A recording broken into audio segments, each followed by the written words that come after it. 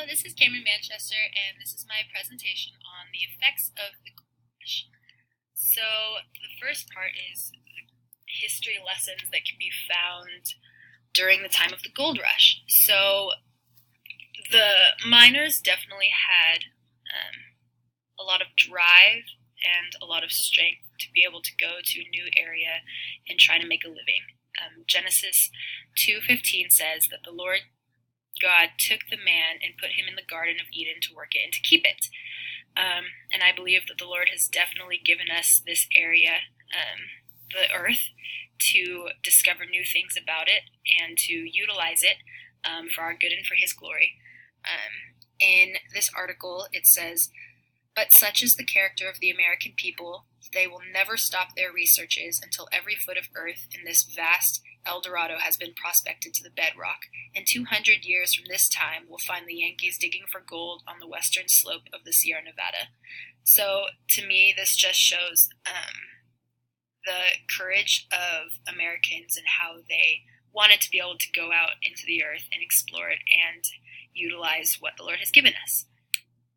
My second slide touches more on the worldview of the miners, and I do believe that at first they wanted to just be in this area to explore it, but as time goes on and as humans are, we decide that we want to desire more and more things after we start acquiring them.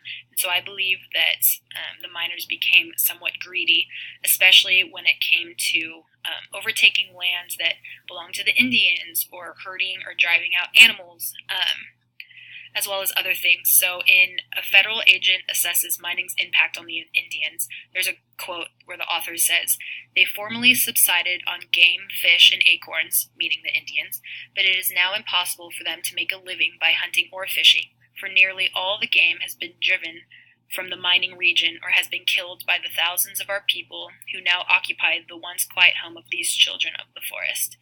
There's also another quote that says, "The defendants have attempted to show that much of the danger from overflows results from the acts of the people themselves, in consequence of the improper system of levying adopted, and the cutting off by such means of some outlets of water available at high water."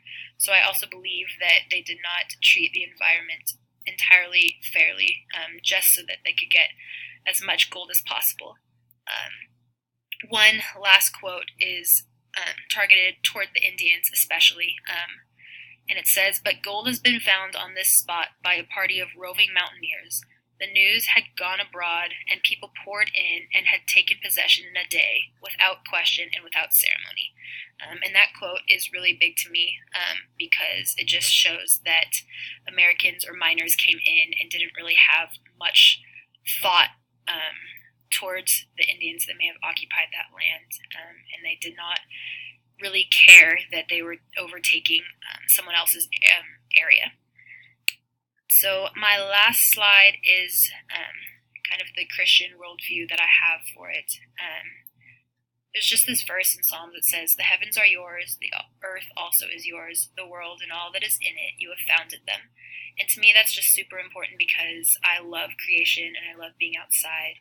And to me, that is super important to keep things the way that the Lord has created.